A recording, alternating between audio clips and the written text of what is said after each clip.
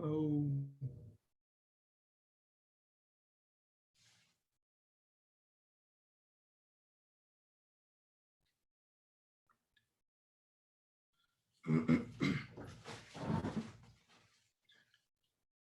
Hello.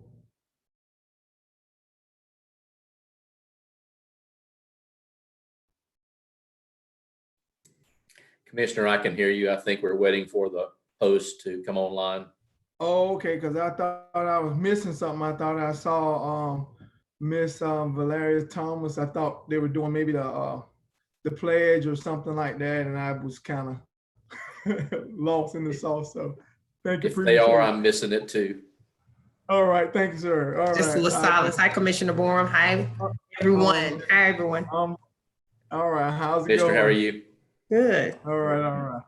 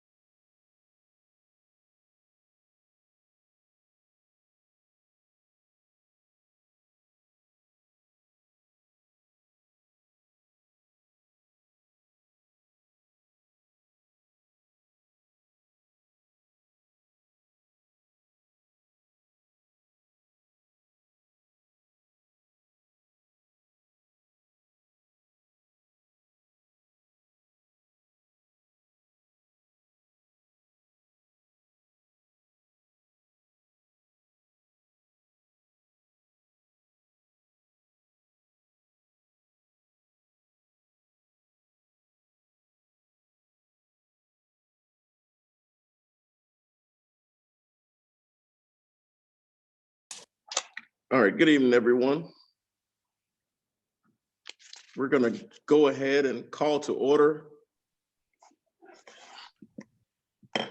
our May 14, 2020 City of Palatka Commission meeting. We are going to, at this time, we'll have our pledge and our invocation. I'm going to ask that Vice Mayor Brown lead us in the invocation and the pledge. The flag is affixed slightly over my shoulder. Everyone, please stand for the invocation and pledge. I touched it. I think it's on.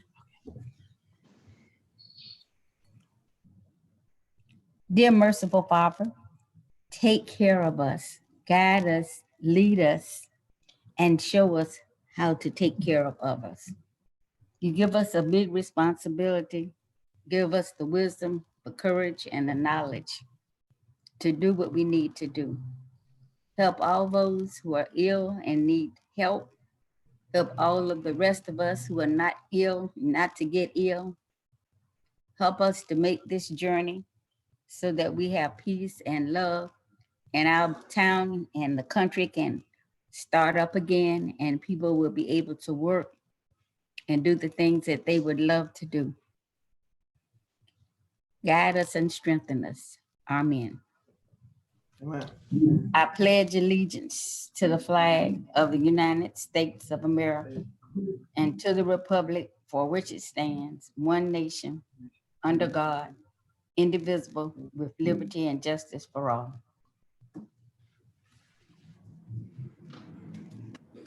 All right, thank you very much, Vice Mayor.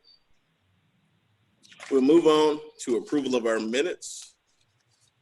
Has everyone had an opportunity to review the minutes? I'm sorry, before we do approval of minutes, roll call. Commissioner, Vice Mayor Brown? Yes, present. Commissioner Campbell? Present. Commissioner Borum? Present. Commissioner McCaskill? She's present, she's muted. Here. Okay, all members are present and accounted for. Mayor Hill is also here, and we do have a quorum for the record. At this time, we will move on to our public recognitions and presentations. First up, we have a moment of silence in remembrance of Pat O'Neill, Robert Smith, and Melvin Register. All employees are retired employees of the city of Palatka who recently, and so at this time, we would just ask everyone in their respective places, if you would just stand with us and have a moment in silence in remembrance of our loved ones who passed on at this time. Make sure that their memories live on within our hearts. Next up is recognition of retirements. Mr. Holmes, do you want to do the recognition of retirements? Absolutely. I believe we have a little presentation that has been put together and may be visible on your screen right now. We're recognizing a number of different retirees at the same time today. Holly Harris with 28 years of service to the city of Palatka. I guess that just popped up on your screen is Betsy Driggers with 22 years of service to the city of Palatka. Not sure. Holly Harris with 28 years of dedicated service. For those of you who aren't on Zoom, a photograph of the retirees is being displayed on our Zoom monitor as we're speaking. And first was Miss Driggers, and second is Miss Harris. Next is Mike Lassiter with 23 years of dedicated service. I'll mention that Mike stayed retired for about 4 days before he came back on in a capacity at the police department. Sergeant Scott Reinhold with 25 years of dedicated service. Michael Shazel, I think, with 18 years of dedicated service in the sanitation department. Mr. Lassiter with the police department, Mr. Reinhold was with the police department, Ms. Harris with the finance department at City Hall.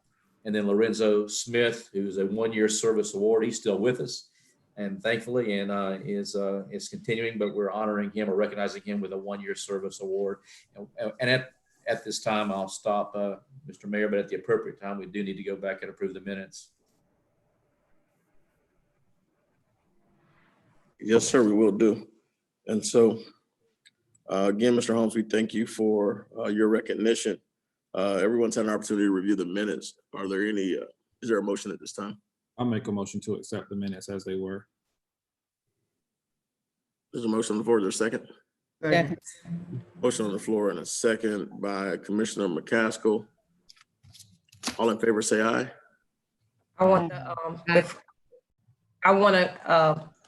to recognize that the minutes were updated to reflect that I was in favor of bringing Ms. Valeria Thomas on, and the minutes have been updated and corrected, so. And so there were some technical difficulties at that time with getting the speaker unmuted. And so we incorrectly had the tally at 4-1, it was 5-0. And so with that correction being noted, all in favor say aye. Aye. Opposed?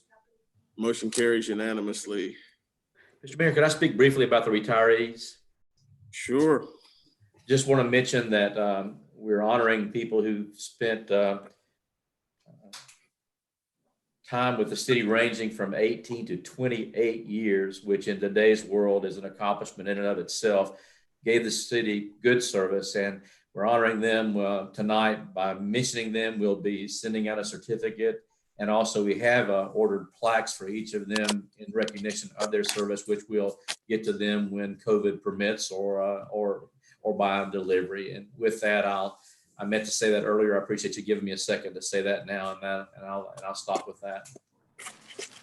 No question. And again, we want to congratulate all the retirees on an opportunity to go fishing and sit in rocking chairs, or do as Ms. Thomas is about to do, unretire.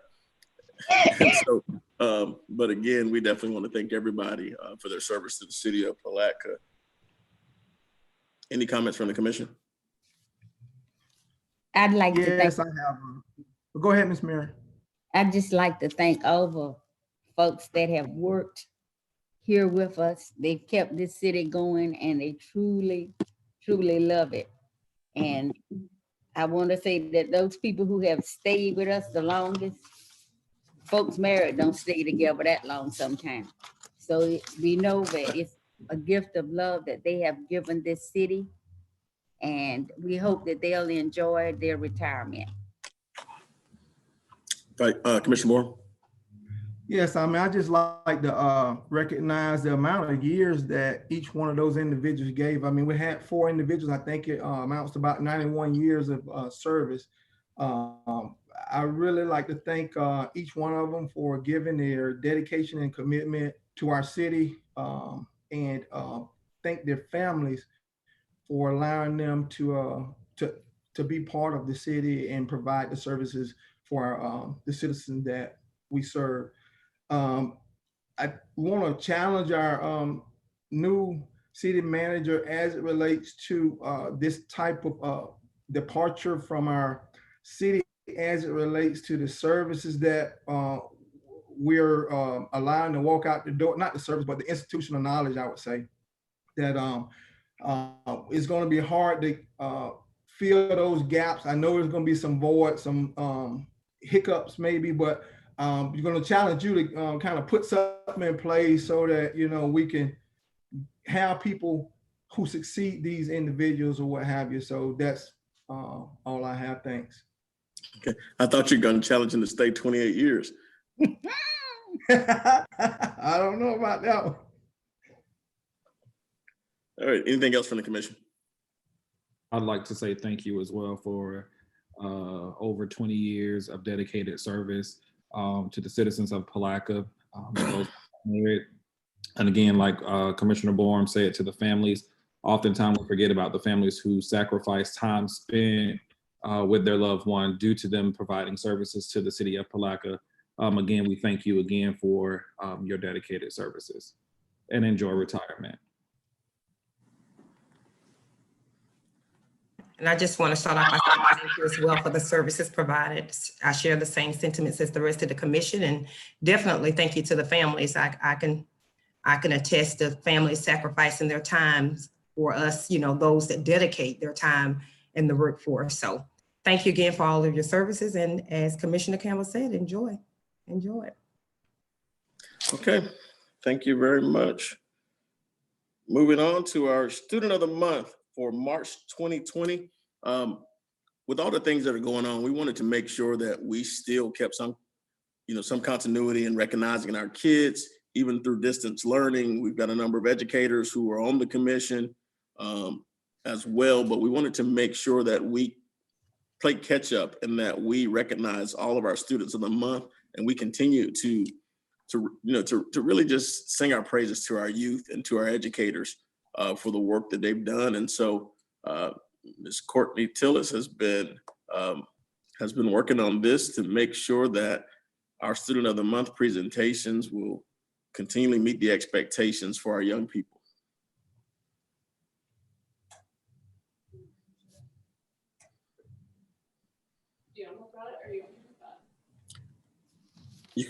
You got the photos up?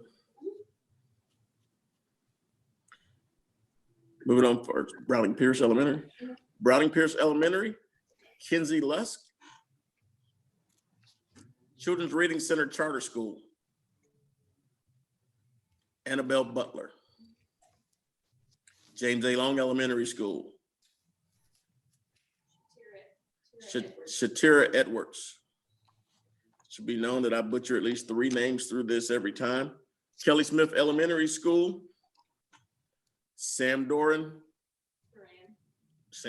that's one.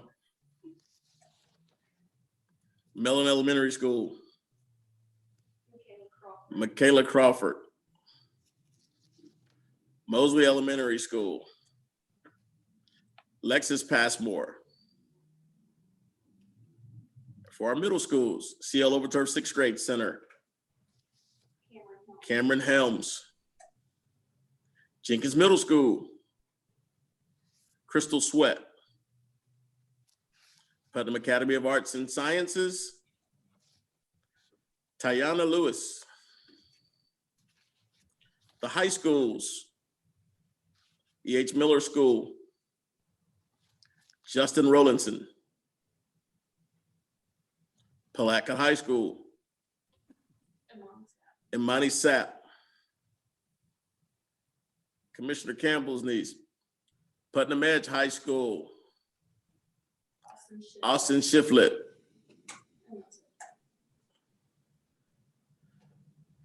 And so again, we want to congratulate all our students of the month, no differently than what we would do.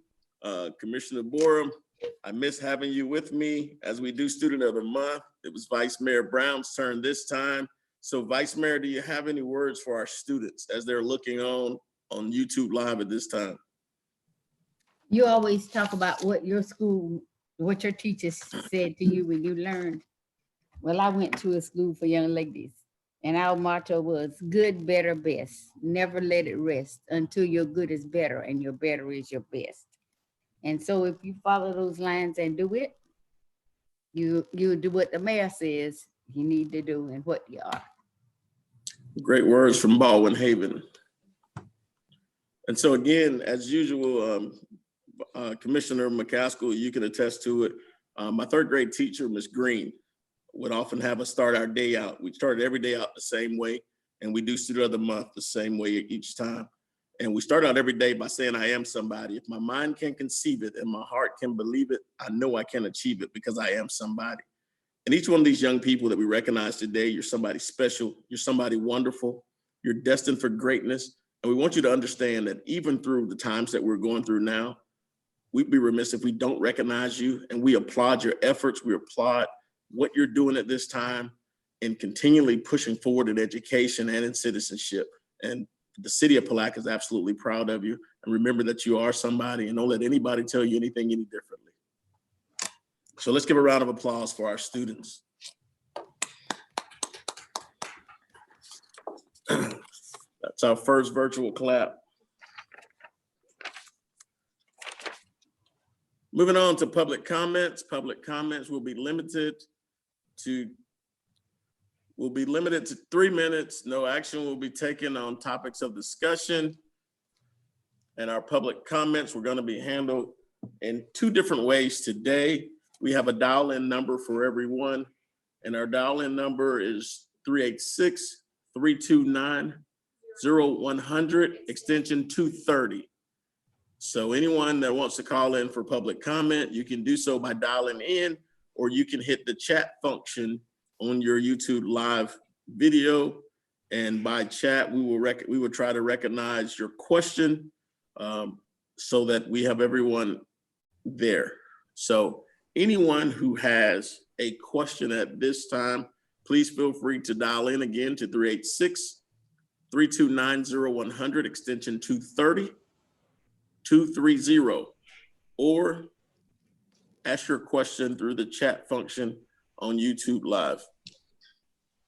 At this time, we'll open the floor for public comment, and this is just public comment as it relates to general public comment, not items on the agenda. Is there anyone here who has a question, who has something for public comment at this time?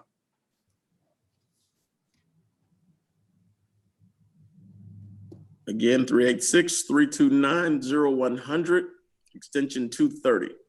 We'll give a couple seconds for the phone to ring. Do we have anything in the chat, on the chat screen? Because I can't see it. Seeing no questions at this time, we'll close public comment. We'll move on to our agenda, to item 3. Item 3 of the agenda is the consent agenda. And on the agenda, on the consent today, we have items A through J. Are there any items on consent that you wish to have removed at this time? I'd like to talk about 3B. Are there any items besides 3B that we wish to have removed at this time? I'd like to talk about 3A. Is there anything else? Motion. Go ahead, Commissioner. Okay, motion to approve the consent agenda with the exception of items A and B. There's a motion on the floor to approve with the exceptions of A and B. Second. There's a second by Vice Mayor Brown. Any further discussion? Seeing none, all in favor say aye. Aye. Opposed? Motion carries unanimously. Moving on to item 3A, it's to adopt resolution number 2020 R44, authorizing a TD Green Space Planting and Distribution Award agreement of $20,000, 100% grant funded. I would just like for Mr. Griffin to kind of tell us a little bit about it. I had looked at, talked to him about replacing the trees along Highway 20, where they took up some old beautiful trees along Highway 20 when they redid, surfaced the road and put water and sewer lines in. And I wanted to know if some of that could be used for doing some of those kind of things in our city to make it look good when people come into our town. Mr. Griffith?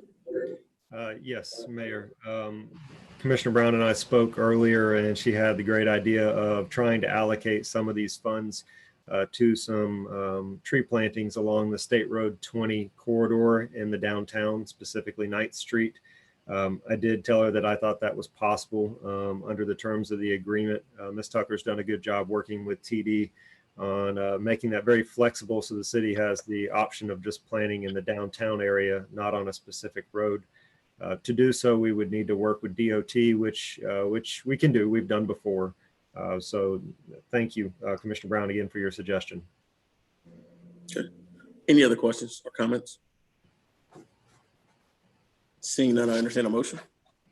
I'd make a motion that we accept A. Second. Motion second by Commissioner McCaskill. Any further discussion? Question. Seeing all in favor, say aye. Aye. Opposed? Motion carries unanimously. Moving on to item B, item 3B, adopt resolution 2020 R45 to allocate funding to participate in Positively Putnam program at $750 per month. Well, yeah, I just wanted to talk a little bit about that. I know we had a presentation on last meeting. We didn't generate a whole lot from that, but I'd like to understand, I guess, from a standpoint of budgeting standpoint, I know it's split across 2 fiscal years at $4,500 per year, but just reading and looking at some of the things from our finance director, I just, I think, I don't know if that's a good time. I think the project is a good project to use, but I think we're in an economic downturn at this time, and I don't know, our budget is tight. And I know for a fact we're looking good. Maybe coming in, we got 4.5 months left. We got about Avalorum. We're gonna probably look good on that for the most part, but I think we're gonna get hit pretty hard from a sales tax standpoint, from income coming in from sales tax, due to all of the businesses being impacted or what have you. So I think if we did something along the lines of what would it look like for us in 5 or 6 months down the road, based on a 3-month impact from this COVID thing, where a lot of businesses shut down and not a lot of money being spent. I just kind of find it hard to just give out $9,000 for this project, but I would just like to take it for a vote. That's just my opinion at this time, but I mean, we can have anybody else, whoever may have comments, but I just like to take it for a vote. Any other comments from the commission? I'm kind of concerned about that too. I want to make sure that those dollars, and I see that a lot of it's being done with the newspaper, and there are a lot of other ways. Is that the best possible way for us to spend that money, or is there other avenues that we can go to? And I'd like to see it put on hold for right now until we come out of this epidemic. Okay, I would be interested in hearing from Logan. Well, I think I'll make my comment before then. I think one of the things we got to look at is Positively Putnam is a $9,000 program, and as Commissioner Borum said, it's $4,500 that's coming out of 2 different budget years. And where we are, yeah, we may see some deficits as it relates to our gas tax. We may even see some things change as it relates to sale tax with the Better Place plan. We've got companies out there right now who've had the best years and the best quarters of sales since COVID's hit that they've had since they've been in Putnam County. We're seeing a lot of people spending money. That stimulus money is being spent by a lot of these folks that's out here. I understand where we are from an economic downturn. We don't see the reality of us laying off workers. We do understand that we're going to be cautious with the numbers. And I don't see where $9,000 is going to make or break us as it puts us in place. One of the things that we've been conscious of is really making sure that we begin to push positive stories out in the community and of that on our own. I think partnering with the newspaper along with these other organizations, including the county, the chamber as well, puts us in a position where we do just that. We ensure that the positive stories in Putnam County will be at the forefront of the media, as well as pushing out additional goodwill throughout the community. So we always talk about writing our own narrative. This is the perfect opportunity for us to do that. And quite frankly, I think it looks bad when the city of Palatka is not on board with the other governmental entities inside of the city that are pushing forward with Putnam County at this time. We're always a leader as it relates to what we do in Putnam County. And I think this is another opportunity for us to lead and begin to push out the good news, as opposed to some of the other stories that are always at the headlines. And I think the Palatka Daily News has a novel idea in doing so. And we should be conscious of the fact that we would rather have be stewards of good news than be a part of the tabloid. Well, I totally agree with that too. I mean, I totally agree with that. But again, we've had a number of partners that we dealt with this year. I think we provided Mr. Studer with some funding. I don't know if it was 7,500, 2,500 or 7,500 or whatever toward the program to help promote downtown businesses along with everything else. We up the SBDC's money about $20,000 from 10 to 20. We also, I think we still give the chamber about 5,000. And but the only thing I just had a concern with was just the budgeted piece. It was not a budgeted item, and I just rather, I guess, vote on it or whatever, so we can. I'm not saying it's not a good program. I just rather vote on it. And can we, I always ask, can we afford it? I think once we talk to hear from Logan, some of us will probably make up our minds then if it's something that we feel like we can afford. Okay, for $9,000, we're in a bad spot. Ms. Becker, can you respond? Hi, yes, commissioners, I want to first thank you for being so cautious about all of your spending. So of course, I appreciate that. Looking at the figures, we're only mid-May, so I really have to get April and May's figures in as far as revenue distributions from the state agencies to be able to see what economical impact COVID has had on our city. However, we are seeing that some of the sponsorships that we typically do, some of the roundtable events and different things like that, we are not doing because they have canceled those events. So there is money in the budget that I can reallocate. We just have to be aware that the contributions that we typically make to the community will be reallocated for this purpose for this fiscal year. And then going into next fiscal year, I can make sure that I have this line item in there so that you can see it. So in a nutshell, we're able to do it. It's just that we're not going to be able to contribute like we usually do to the community. Correct. I would just say that the dollars would be reallocated for this purpose. And then if there was anything else that you all wish to do, say, in August, there's an event or some sort that comes up that you all wish to attend or have tables or that sort of thing, we would have to come back and figure out where to reallocate other funds from.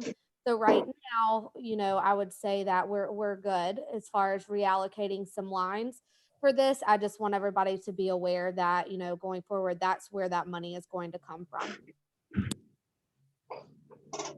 Thank you, Logan. All right, well, thank you for the clarity. Okay, if there's no further comments, we'll entertain a motion at this time. Motion to approve. Second. Motion on the floor. The second, is there any further discussion on the motion? Question. Questions called. All in favor, say aye. Aye. Opposed? Motion carries unanimously. Moving on to item 4 of the agenda, an ordinance accepting IRS changes for Palatka Police and General Pension as recommended by the respective pension boards for first reading. Is this second reading? This is second reading, right? I thought that item was pulled. I apologize. On my agenda, it is pulled. Okay. It's not on mine. Okay. Okay, so we're pulling item 4 and we're moving on to item 5 of the agenda, which is a discussion on 4th of July fireworks celebration. Mr. Griffith, you want to take it? Yes, sir. We're looking for direction from the commission on the annual 4th of July fireworks celebration.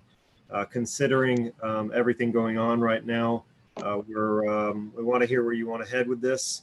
Recommendation from staff is to postpone indefinitely. I can tell you that myself and Ms. Tucker have been in contact with the low bidder, and they have informed us that to do a show using a barge, they would need to know by June 1st. And to do a smaller show off our dock, they would need to know by June 15th. So those are kind of your drop dead dates if you're thinking, when do we have to make a decision if we can still have a show.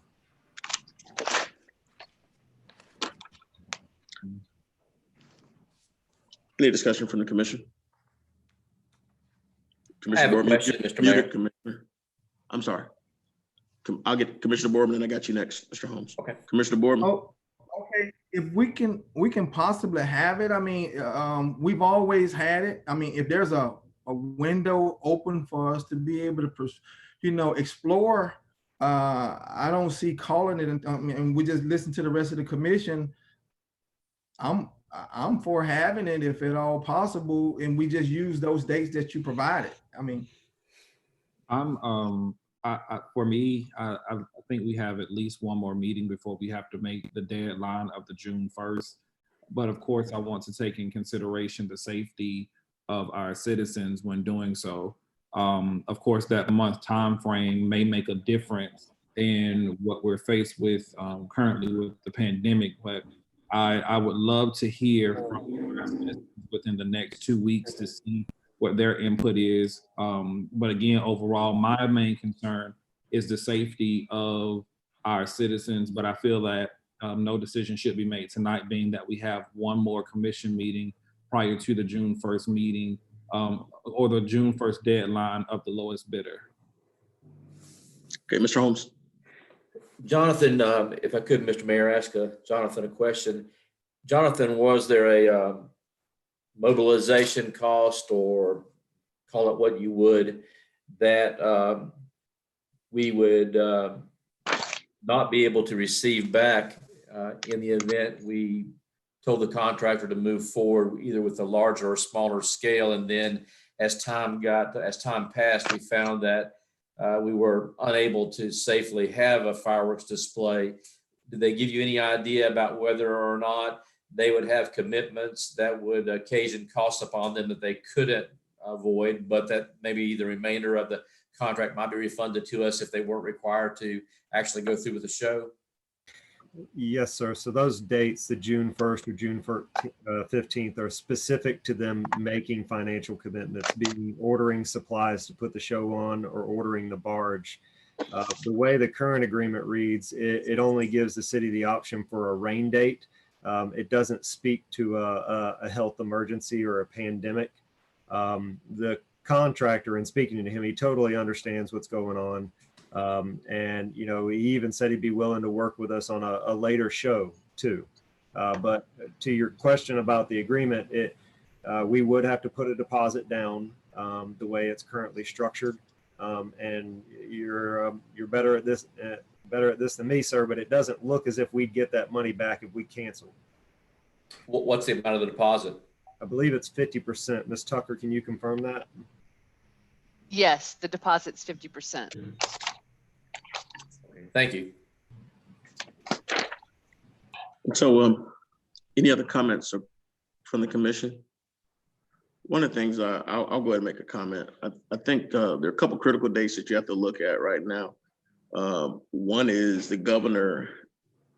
It seems to me he's given it some insight as to what he's anticipating as far as I wholeheartedly believe that Putnam is lagging behind as it relates to COVID-19. Because we saw our numbers coming a lot later than other folks. We saw substantial growth over a 30-day period of roughly 126 cases. And I don't want to rush to where we are overall, simply because when you look at our demographics and you look at the people who are most affected by COVID, we find ourselves, particularly with the health issues that we have in this community overall, we find ourselves with a large number of people being susceptible to COVID in ways that other communities may not necessarily be susceptible as it relates to the at-risk number of people and the at-risk categories of citizens overall, ranging from our seniors over 64 who are considered to be in an at-risk category, as well as the way that we've seen how this thing breaks down from a demographic standpoint. But the other piece is we have to be cautious of how we can actually make sure that we ensure social distancing during these type of events. We know that the fireworks is huge. I don't know if we have the parking capacity or even the means of being able to keep people separate if that was still in place during this time. And I don't think we do, but we have to think about it. Additionally, we've talked to begin preliminary conversations because PYP indicated that they would be looking around Labor Day to do something special with fireworks for Blue Crab, and it may be an opportunity to work jointly with them to be able to bring the citizens something bigger and better at that time. You know, I understand that we all want to do something special for the events that are coming up, but I want us also to be conscious of what's out there. And so if we do decide to go forward with fireworks, we need to make sure that we have a bulletproof plan for social distancing and being able to ensure that we protect the safety of our citizens first and foremost. So with that being said, are there any other comments from the commission? I'm in favor of waiting. That was a good point that been made as it relates to the governor's order and the outlook for the next 60 days or what have you. So I think it'll be prudent for us to go ahead and wait until further direction for the safety of our community. So is there anyone, I'll entertain a motion at this time. I move that we wait until we can have some more clarity on whether it'll be safe for our citizens. Hold on, I've got. Second. And so when you say wait, Commissioner, are you saying? But we're talking about, you said the governor, you were looking at how the governor went about doing that. It'd be brought up back after we hear what he's gonna do with us for that. So are you saying to bring this back to the next meeting, or are you saying to just pull it from, to take staff's recommendation, to pull it indefinitely? Is that what staff was saying? I didn't think they were saying that.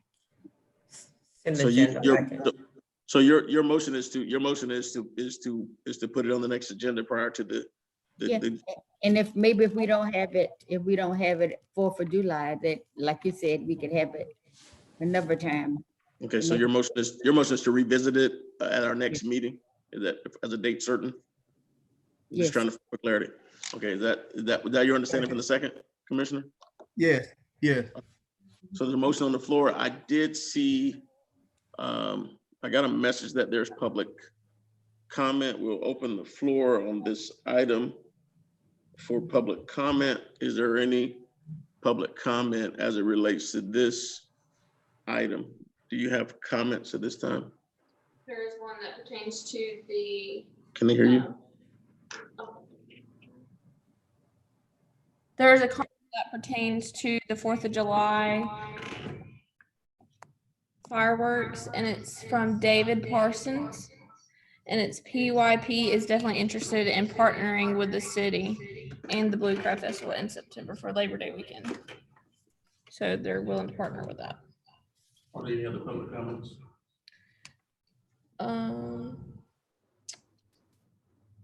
About the Positively Putnam program.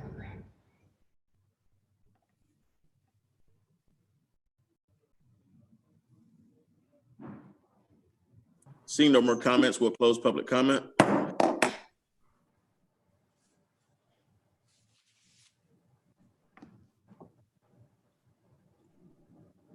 Your microphone's off, Mayor. There's a motion on the floor to table this item until the May 28th date. That's what, Commissioner? That was a second. Earlier I had on the second. Right, there's a motion and a second on the floor to table this until the May 28th meeting. Is there any further discussion from the commission? Question. Questions called. All in favor, say aye. Aye. Opposed? Motion carries unanimously. We'll revisit this in 2 weeks and hopefully we've gotten more information at that time. Mayor, before we go on, even with that, if we are to postpone, can we come back? I know Jonathan said with the possibility of moving to the Memorial Lake, whichever, with the PYP, but other options that may be, that we may be able to look into as a city. Oh, yeah, definitely. And if anyone has any additional suggestions, just bring those forward. Present them to Mr. Griffith, Ms. Tucker, or Mr. Holmes or someone, and let them see what they can do to kind of bring that forward. So we're definitely looking for any ideas, even from the public. If you have any suggestions, leave them on the Facebook page or either in the chat so that we can explore those options as well. Mr. Holmes, you have something? Okay, we'll move forward with item number 6, consideration of contracts. First up is the contract for Donald Holmes as city manager.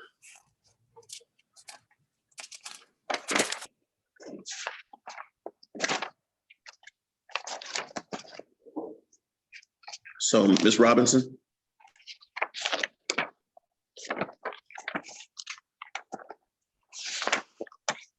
Yes, Mayor. I think she's in the room with Vice Mayor. I'll go ahead and at this time take I'll just go ahead and take the item. So everyone there's under our item, our tab 6, we have the contract for Mr. Holmes to be employed as our city manager. It's a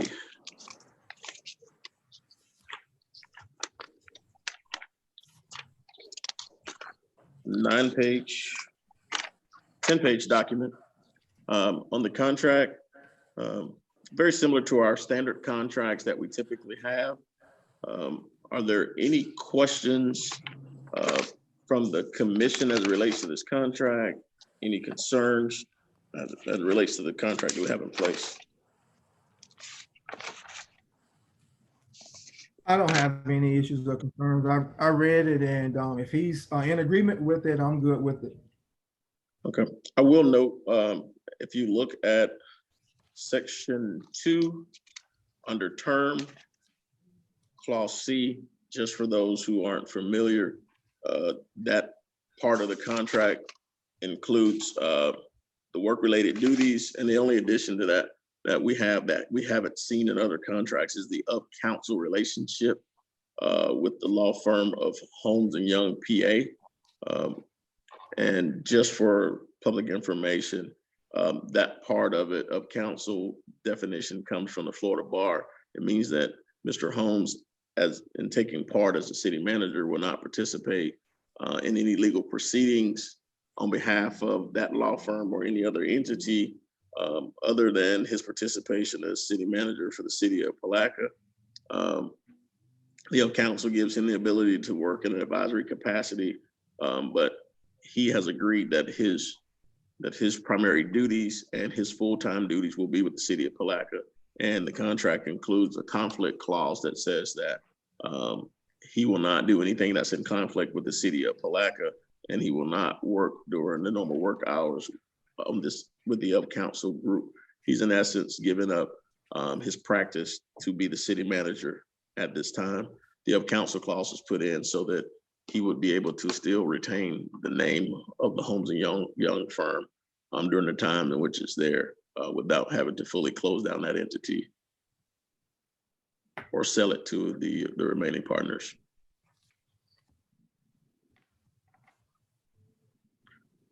Are you looking for a motion, or are you gonna, we're gonna read the contract, or we're gonna look for a motion? I'm not gonna read it. I'll tell you one other part of the contract, just so that we had it, and it's something that actually we brought up before, and that was just the word in section 5. My only suggestion is we take out the word shall and put the word may in there as it relates to the evaluation portion in the first sentence. And so it says that the city commission shall endeavor to review and evaluate the performance of homes. And that says may. What we found was we had this contract actually took into consideration where we had in the past that we had a drop dead date on doing evaluations, and the term shall and may shall locked us into where we were. May gives us the ability to have some flexibility in how we do it. And then the only other part we had in there is where it says in that same paragraph, as we go down, it says any such review shall be subject to a process, form, criteria, format for the evaluation, which shall be established by the city commission with the input from homes. I would want to take out the little section that says with the input from homes. We use the standard ICMA evaluation form. That's what we've typically used in the past. In most places, the employee doesn't write his own evaluation form. The evaluation form is created by the employer. And so I would just want us to be able to have that in place so that the commission actually develops the evaluation form, and that we don't find ourselves in a situation like we had in the past where the evaluation form isn't something that's created by the commission for the purposes of doing evaluation in place. Other than that, the contract is standard. I agree with it. I'm excited about, not excited about Don coming on, because Don's been putting out fires since every day for the longest. And so those are the only changes I would have to that contract. And I got a chance to really double check through it late, and that was it. Those were just there were just technical issues that we had in the contract, but everything else is there. I'm satisfied with the council clause and those things that were in place. The contract seems to pretty much lock in all the technical nuances that we have as it relates to this. And it's a contract that Mr. Holmes has done the framework on for many years. So with that in mind, I will entertain a motion. Motion to approve. Second. We're approving it with those changes or without? Question. You're saying with the exclusion of that, taking that clause out of section 5, right? Yeah, just the words, I'm not taking the whole clause, just Just that part about with input from homes. I just want to make sure just that little thing. And changing may and changing shall to may.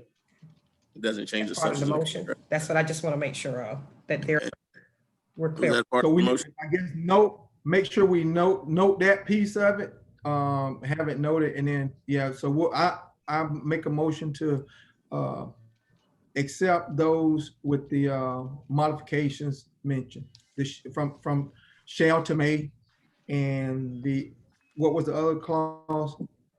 With input from homes being struck from the sentence. With homes. With input from homes being struck from the sentence. With input from homes for, what was that? Evaluation. Being struck from the sentence. I'm breaking up. Being struck from the sentence. Okay, being struck from the sentence. It was breaking up a little bit, so I'm sorry about that. Don, are you agreeable to those terms? I am. Okay. And so there's a motion on the floor and a second. Questions called by Vice Mayor Brown. All in favor, say aye. Aye. Motion opposed, motion passes unanimously. Congratulations, Mr. Holmes. Congratulations. Congratulations. I'm gonna send you a sympathy card tomorrow. Thank you so much. And so, again, we appreciate that. So again, we're looking forward to this relationship as we move forward with the city. And we're looking to you to bring some continuity to the office. Are you ready for me to read the caption? Yeah, go ahead, just for the record. A resolution of the City of Palatka, Florida, appointing Donald E. Holmes as City Manager of the City of Palatka and authorizing execution of that certain City Manager employment agreement dated May 14th, 2020 and effective May 15th, 2020. So moved. And just for house, just for Well, that was house, just for the record. Okay. yeah, it's just for the record. Okay. And so let's go ahead and go through the steps just so we have it in place. Take your motion again. So moved. Second. Motion on the floor in a second. Is there any further discussion on the motion? Question. Questions called, all in favor, say aye. Aye. Aye. Opposed, motion carries unanimously. Moving on to the next item on the agenda, 6B, Valeria Thomas is Esquire, City Attorney. Mr. Holmes, I'll let you take this one as your first official duty as city manager. Thank you, sir. So with my being named as city manager, and I thank you for your confidence and your unanimous vote, I'm going to try very hard to make you very happy that you have entrusted this duty and privilege with me. With that occurring and because of the obvious conflict that would be involved with me also being the city attorney, under our ordinances, the city attorney is appointed by the city manager with the concurrence of the commission. Now, what we have done in this particular case is fashion a contract with Ms. Thomas, which basically names her as an interim city attorney on a month-to-month basis while the commission decides, in conjunction with, I'm sure, us and me and staff, whether it wants to go out for an RFQ or just exactly what it wants to do in order to acquire or to secure the services of an attorney on a long-term basis, or stay with Ms. Thomas, whatever the commission decides. Ms. Thomas has been very easy to work with in fashioning the contract. It would bring her on as a contract service provider, not as an employee. If you've seen her resume, she has a very impressive resume, much government work, when I say government work, I mean work in the field of governmental law, which gives her a heads up and a head start in trying to deal with the issues that come before a municipality. I've spoken with her enough to know that I'm very comfortable with her. And of course I would, so without saying anything further at this point, I'd like to recommend her appointment as the interim city attorney. It's on a month-to-month basis with no set term, and we can move forward from there depending upon the wishes of the commission. So move. Second. There's a motion on the floor in a second. You read the caption of the resolution for me, Ms. Tucker. Of course, what would the effective date be of the contract? Yesterday. Thank you. Actually, it's a good question, Mr. Holmes. We'll go back, I guess we would go back non-pro-tunc to the day in which she's, will we go back non-pro-tunc? Yeah, I left those dates blank for the particular reason that I guess I wanted to hear from, or allow the commission to weigh in, but also hear from Ms. Thomas as to what her thoughts were as to the effective date. But, you know, we've been working with Ms. Thomas at least in running various issues by her now for about, I don't know, a week. I guess I've lost track of time exactly, but Probably since the beginning of the month for sure. We've met with her and had an opportunity for her to get a chance to try to meet with the commission as well. And so at least back to the 1st of May, I would say. Ms. Thomas, you want to chime in?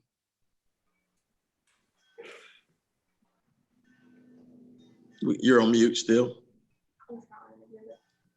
Hold on, you're on mute. Okay, Okay, all right. Can you hear me Yes, now? ma'am. Yes, Okay. ma'am.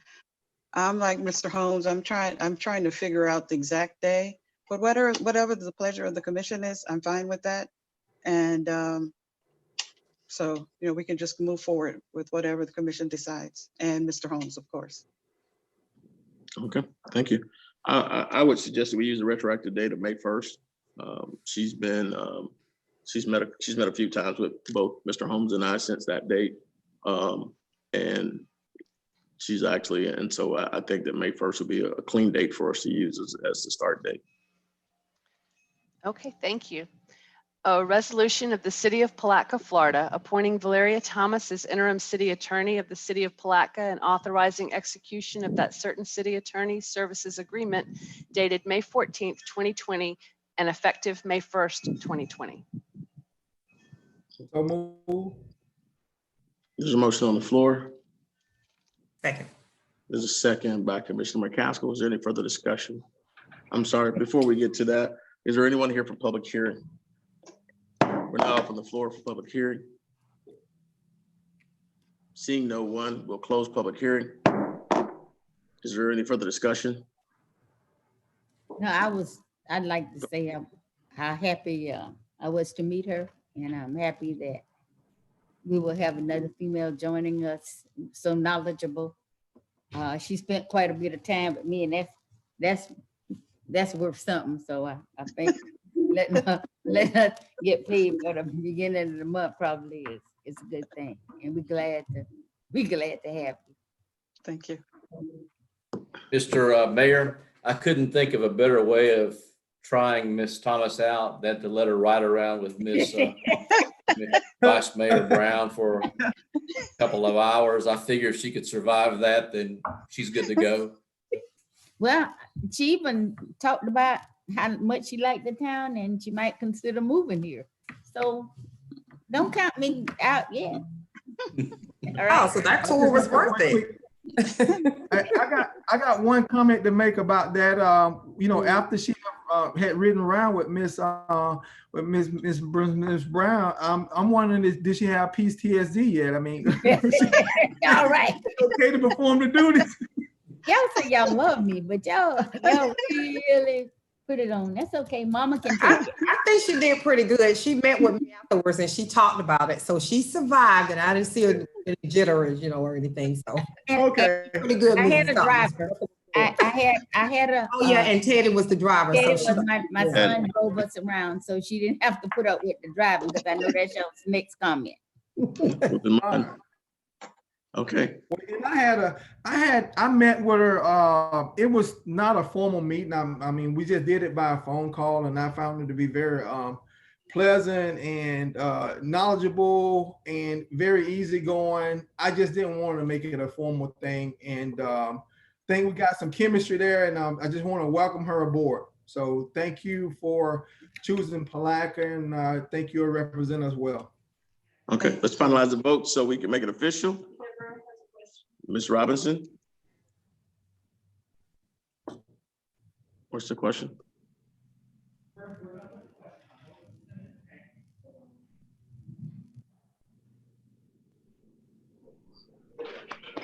There's a question. Ms. Robinson has a question. The question, Mayor, is Miss Valeria Thomas from Putnam County. Yes. Yes.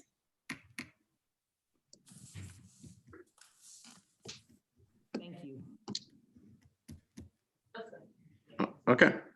All in favor, say aye. Aye. I seen something I pop again, across my mic was mute. Aye. Did we get everybody? Campbell. Yeah. Opposed? Motion carries unanimously with Commissioner McCaskill slowing the microphone again. I'm so sorry. Hey, it's only during, Ms. Thomas is only doing your items that her mic. No, you know better, Mrs. Thomas. Ms. So Thomas. again, welcome aboard. I'll go ahead and give you the floor at this time, Counselor. Thank you, Mayor. And I'm very excited to accept this interim position as city attorney, and I will work very hard do my best to represent the city of Palatka favorably. And thank you very much for your confidence in me. And let's get to work. Okay, Doug. And I guess for some of the folks who are in, some of the folks in YouTube land who haven't had an opportunity to kind of get a little background, you might just give them a 30-second version. Okay, my name is Valeria Bland Thomas. I was born in Miami Beach, Florida, graduated and grew up in Miami. Attended University of Chicago as an undergraduate, went to law school at North Carolina Central for my Juris Doctorate degree, and received an LLM from the University of Miami. Go Canes. And I was a long-term employee for Miami-Dade County. The attorney for the police department originally is how I came into Miami-Dade County. Then was promoted to be the general counsel of the Department of Correction. And then I worked at the housing agency as their attorney. So I spent 30 years with Miami-Dade County, and I taught school for a couple of years before I went to law school. So that's Valeria Thomas in a nutshell. Okay, welcome Except aboard. for I have 2 children and 2 grandchildren. That's it. Okay, welcome aboard. Thank you. And again, thank you for accepting this interim position for us while we're in need. You're very welcome. Thank you. Moving on to item number 7, which are public hearings.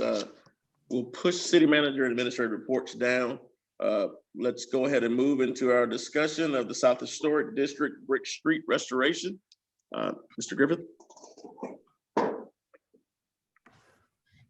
Thank you, Mayor. Can everyone see the presentation? No, sir. Not. He's pulling it up. Okay. Okay. Thank you. Mayor, Commissioners, staff has pulled together some information to facilitate a discussion on the desired, if you will, finished result of the roads within the project area, the current stormwater project in the South Historic TIF District. The first image that you see here depicts where we have existing brick roads, and the bright red dash line depicts the limits of the current construction project. I will note here that under the current contract with 4Cs, who is performing this work, the 2 brick roads of Kirkland Street and Hotel Street are to be relayed after the installation of the stormwater infrastructure. Next slide, please.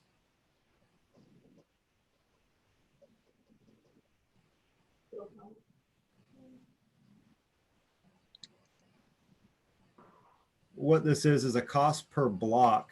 When we get to the end of this presentation, we're hoping some discussion will be had on some different alternatives. Simply the removal of asphalt from the brick, of which we've been conducting a trial for the past few days on Dodge Street, is estimated at about $23,000 per block. Please note this doesn't include resetting any utility patches after we remove the asphalt and we find brick missing or low-lying areas that would need to be raised. The second is to resurface with asphalt. There will be an image later in this presentation that shows some roads that we already have in asphalt condition and or we know that the brick is not underneath the asphalt. That is the most inexpensive of all these at approximately $9,000 per block. The third, the most expensive, which is in the current contract, is the relaying of the historic brick provided by the city. We'll get into some of the pros and cons later, but it's estimated at about $61,000 per block, and you currently have 3 blocks in the contract. Next slide.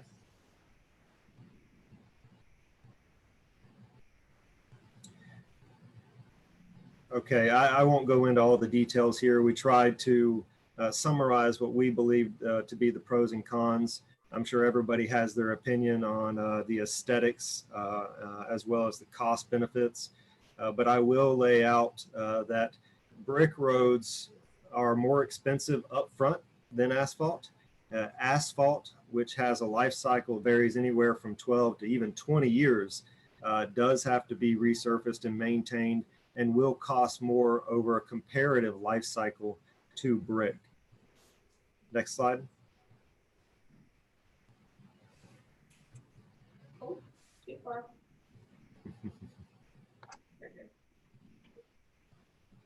Thank you, Courtney. So this image is just meant to kind of depict what we have, what is the current condition and what are opportunities. And we may want to come back to this slide to facilitate your discussion when we get to the end. It kind of gives you an idea if you're looking for some element of continuity when it comes to aesthetics and treatment, you can see what your options may be. The red, again, is the existing brick roads, and we even depicted the ones on the vicinity of the project area. The blue are those roads that we believe that we can remove the asphalt from the brick road underneath. The orange are roads we have recently repaved. Obviously, we wouldn't want to pull that up. That would be a waste of taxpayers' dollars. Or areas where we know that the brick is removed or it's not there in its entirety underneath the asphalt. Next slide.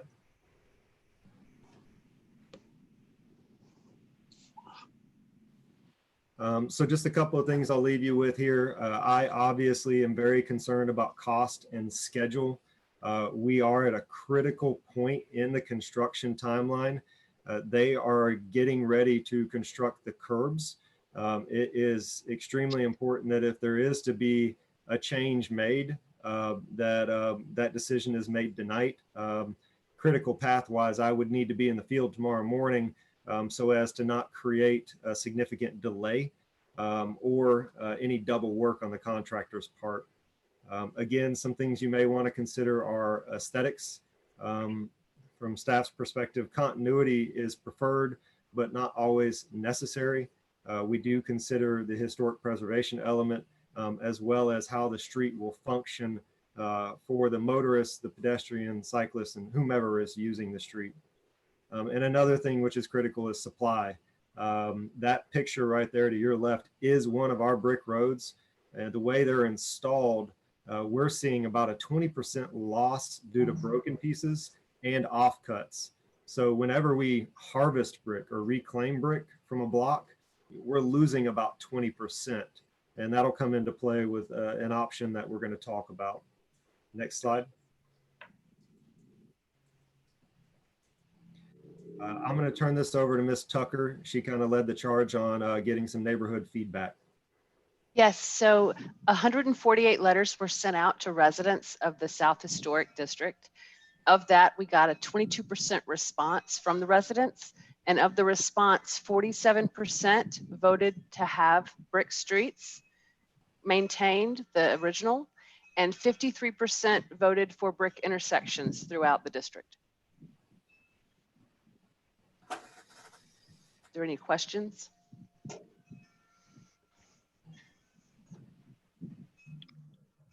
When you say 53% now, how many letters you say went out? 148 letters went out. 32 came back, which is 22% of the 148. But of those 22%, 53% voted for brick intersections and 47% for the existing brick road segments. Wow, but that doesn't sound like a representative good sample. When you talk about a sample set, if you only had 22% response out of the 148, that I wouldn't want to go with that percentage, because it's, even though we say 53% of the with more brick, and that's just out of 22% out of 148. So I wouldn't be comfortable with moving forward with changing the character or the nature of the investments that people have made. We've had a number of people who I don't know if they responded back to the letters, but I think I know we're in a short time window, but I wouldn't be comfortable saying, yes, we need to move forward with whatever, because I don't have an investment in that community, but there are people who have spent quite a bit of money. I mean, quite a few hundreds of thousands of dollars in their community. So I wouldn't feel comfortable with saying yes, move forward with whichever option. But I thought in the original contract, Commissioner, they said they would put everything back the way it was. Commissioner Board. So I've been hearing different things, so that's just my opinion. Commissioner Board, I think once you hear the recommendations at the end of the presentation, it's going to be in concert with what you just told us. Okay. Okay, so with that being said, I'll hold off on my comments. And just let them make the final recommendation. I think it'll be in concert with what you're saying. Okay, thank you, Mayor. The first option is to leave everything as is and what is in the current contract. And that would be that Hotel Street and 2 blocks of Kirkland would end up being relayed with the existing brick. We would still continue with trying to remove some of the asphalt off of Dodge Street, and it may be helpful if you go to slide number 4. Courtney, can you do that, please? That way everybody can kind of imagine what would be complete at the end. Thank you. The second option would be to do a hybrid of what is already in place. The plan that was kind of initiated a couple years ago was that we had hoped this project would coincide with another capital improvement project scheduled for across the railroad tracks in a non-historic district area that does have a brick road. It is a different brick material. It wasn't some of the original brick from the late 1800s, but the idea was to reclaim that brick and use it for road restoration in the historic districts. That project actually was out to bid, and that is in the specifications.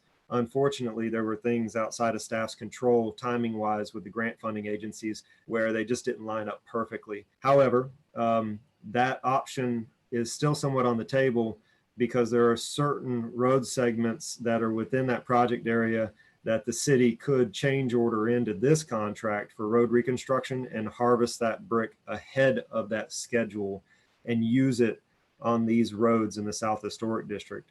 And I think there was a proposal to use it to do the intersections in addition to what's already in the contract, which would mean using the brick that's already in the district to put Hotel and Kirkland back as they were before the start of this project.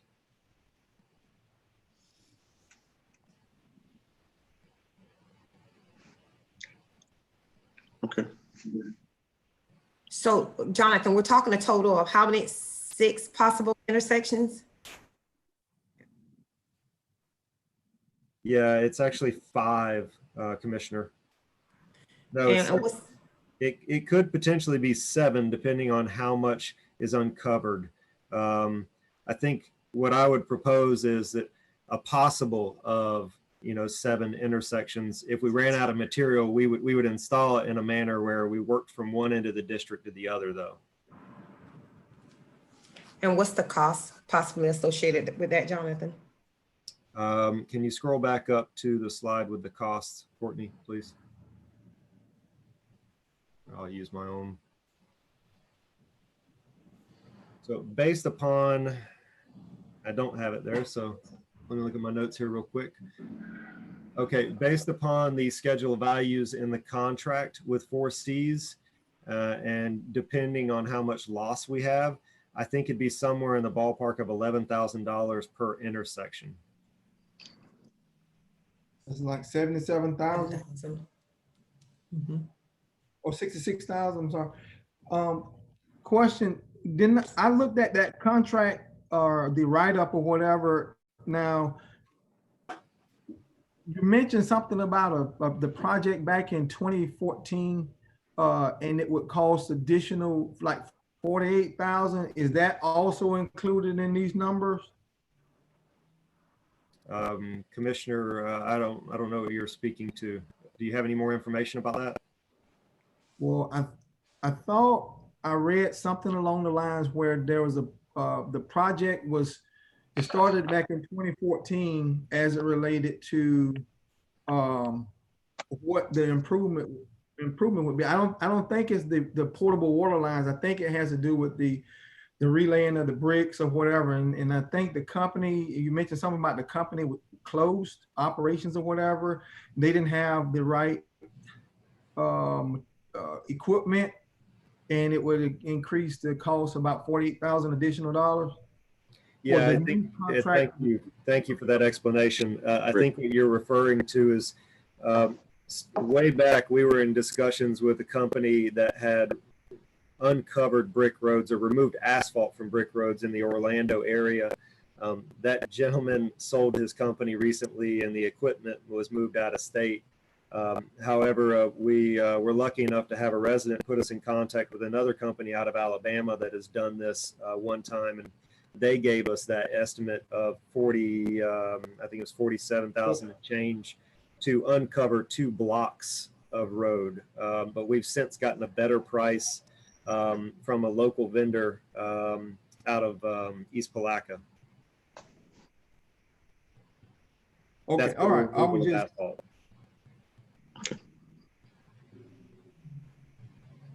So I think one of the other things is the money used to, if we were doing the intersections to create uniformity within each one of those districts, would come from where? It would have to come from the Central TIF District capital outlay, sir. And it's what's approximately between. I'm sorry, South District. I don't know why I said that. South District's capital outlay funds roughly $90,000 to $100,000, about $90,000 in that fund, correct? Yes, there's $90,000 in capital outlay, and they had $50,000 set aside for River Street improvements, which was for intersections as well. And some of the capital outlay dollars were also used to replace sidewalks as well. Right. And so we had an opportunity to speak with Mr. Russo from the from the South Historic Neighborhood Association as well. Do you have any more pieces to your presentation, Mr. Griffin? No, sir, not unless there's questions from the commission. And so one of the things that we looked at, Commissioner Borum, were the 2 options. And so what we found is there was an overwhelming sensitivity from members who are in that current geographical area where those brick roads are. They make up a large portion of those 22% of responses that you got back. But there's an overwhelming sentiment to basically replace what we took up, which is the bricks. I think in a perfect world, they would want to have an all brick, an all historic brick roads. It's just simply something that we can't afford at this time. And I guess, Mr. Griffith, would you agree that it's not feasible for us to do that at this time? No, it is not. We do not have enough money for that, sir, nor do I believe we have enough brick and supply to do that. And so the 2 options that we put out as we were talking to Mr. Russo from the district were really to keep it in keeping with what they had prior to the construction taking place. We know that within the South Historic District, all the infrastructure is set to be completed. And so they will have all new infrastructure in totality within that district. And so we wanted to make sure that we did exactly what you were talking about, Commissioner Borum, which was make sure that we didn't do anything to take away from the aesthetic features of the community, that we kept in keeping with the contract, which was to make the roads back the way that they were prior to the construction taking place. But the other piece of it was the other option, the addition piece, the bonus, for lack of any other term, was to harvest bricks from areas where there was no historic nature per se, and paving would probably be a better avenue for us as we begin to deal with some of the infrastructure aspects there, or in areas where you didn't have residents in the same manner on those streets, and harvest those bricks and come back and later pave those roads as part of the projects that we have in place. And it was to use capital outlay dollars to do the intersections as well in the areas where you have pavement, to kind of create continuity within the district. It should be noted that the executive board for South Historic Neighborhood, with short notice, they wanted to just have to have the contract in place as it sits They did that with very short notice, not with the ability to go out and talk to a lot of the membership. The membership's concern was that they wanted to keep the historic nature of the roads that existed, the curbing, certain aspects that are there, and keeping with what they have in place. But I think one of the things you have to be conscious of overall is just cost. And so, there's a conversation. I've read several studies. I think one of the most impressive was a study that came from Columbia, South Carolina, as well as a very impressive article that came from Winter Park, which talked about the value of the brick roads. And what we're finding is with those roads, it's a very expensive endeavor, and we're seeing that after that 100-year period, you end up with a lot of damage to those roads if they were not installed properly from the beginning, and which is exactly what we have in Palatka. But I think we have two important options before us and those options are to stay in keeping with the contract, which leaves the brick roads in as they existed before and the paved roads as they were prior to construction, or to add the bonus in and use capital outlay dollars of putting in the intersections. And those are really options that we have. The executive board didn't really want to see just crosswalks in that we had kind of the picture of the photograph, but they were okay with the commission just doing the brick roads. My personal opinion is that I think the crosswalks bring an added layer of continuity to the district, and it ties in the brick streets with the streets that have been paved that no longer have the brick underlay, and it just puts us in it puts us in a position where we get kind of the look that you see on Laurel Street with the older bricks, on River and Laurel with the older bricks, and it brings another aesthetic feature. So any comments from the commission based on the presentation that we have and my comments? And then what I'll do is I'll just open it up for public comment.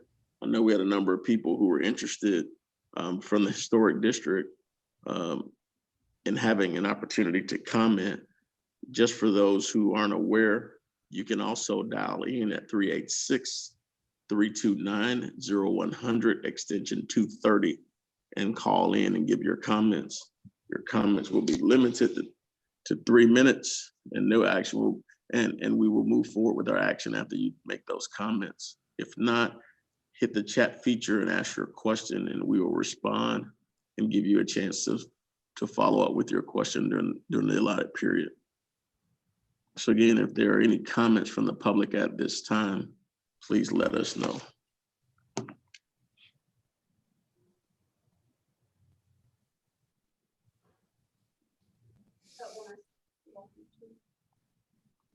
Okay. Any questions that we have at this time?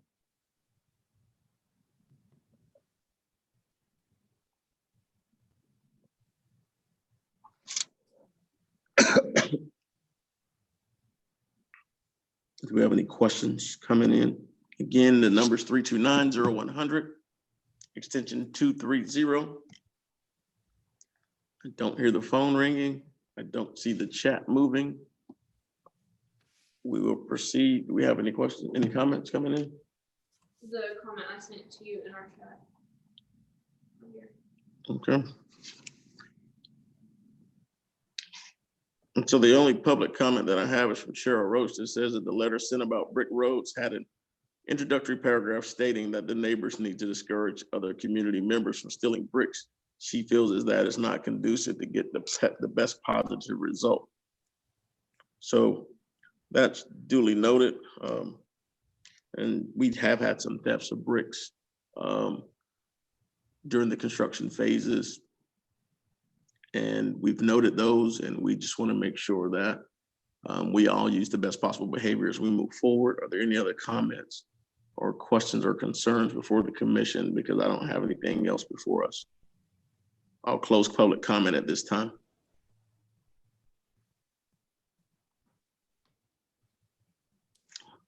Seeing nothing from the commission, I'll entertain a motion.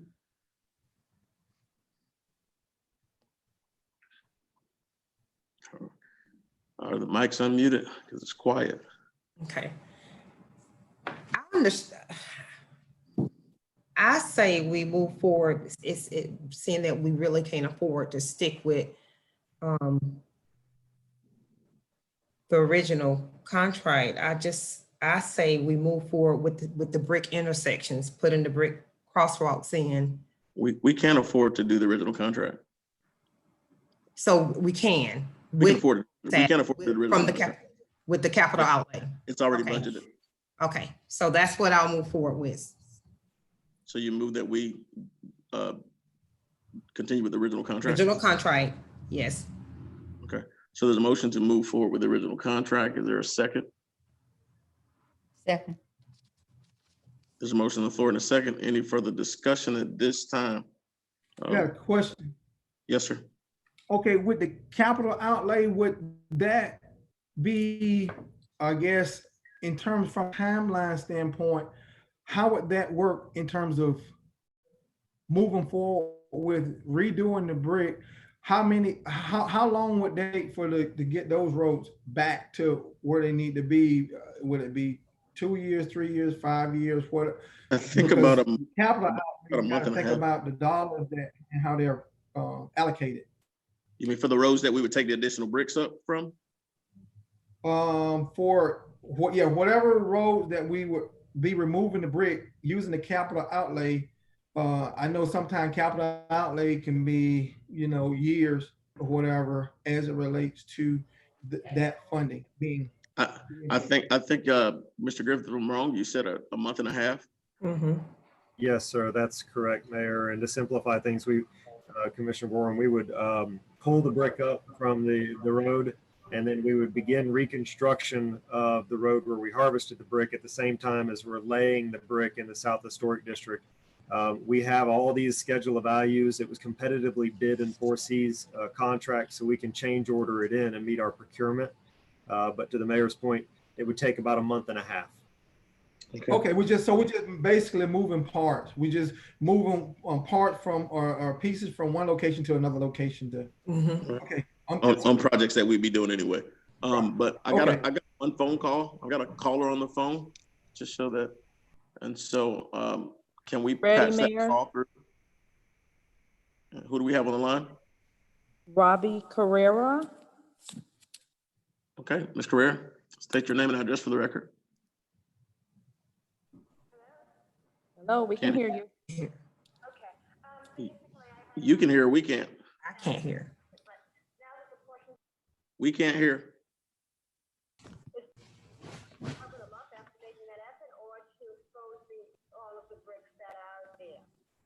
Hold one moment, Ms. Corral. Could you not hear that, Mayor? We can't hear anything. We can't hear it. It's faint. Okay, hold on just one moment.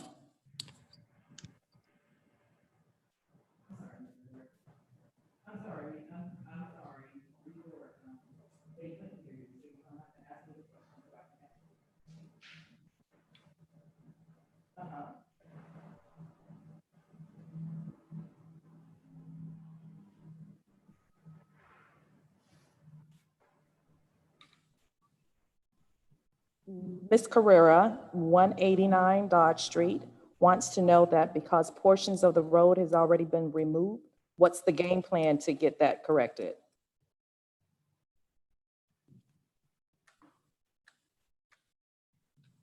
What direction are we moving in? Can I address that, Mayor?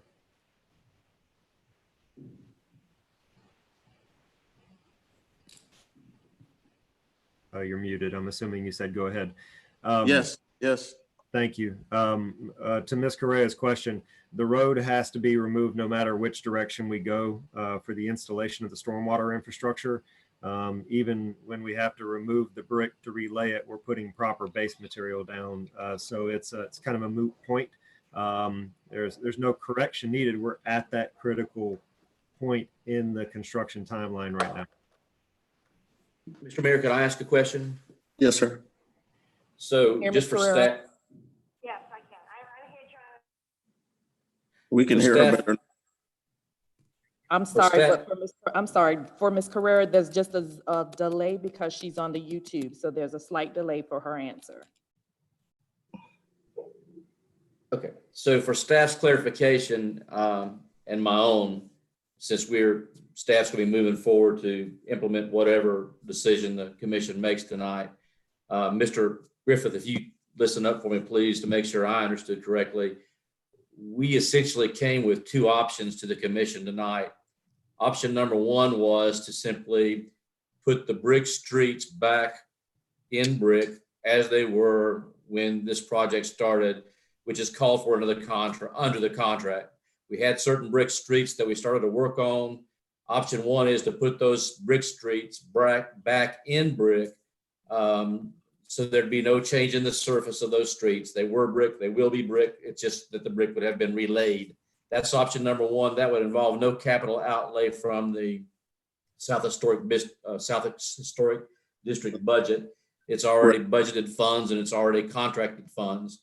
Yes, sir. Option number two would involve putting the streets back in brick, which were brick before the project started, as is called for under the current contract. But there'd be an additional component to the project. That additional component would be to take some bricks up from a couple of streets outside of the historic district and use that additional brick to put brick in about 6 or 7 intersections of streets that are inside the historic district.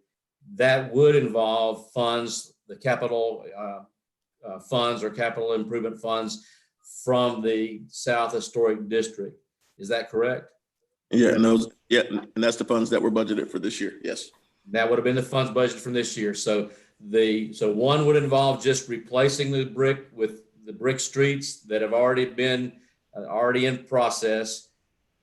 The other option would be the same thing, replacing the brick with brick, but then in addition to that, putting brick intersections in 6 or 7 intersections that are within the interior of the South Historic District.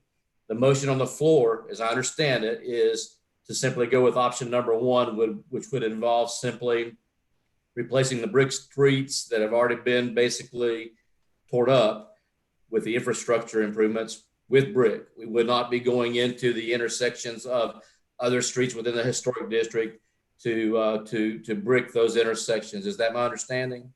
Correct. That is the motion on the floor. Okay, thank you. And so now we're in discussion with the commission. We'll close public comment. Commissioner Bohr, I think you had a comment earlier. No, I was done. Okay.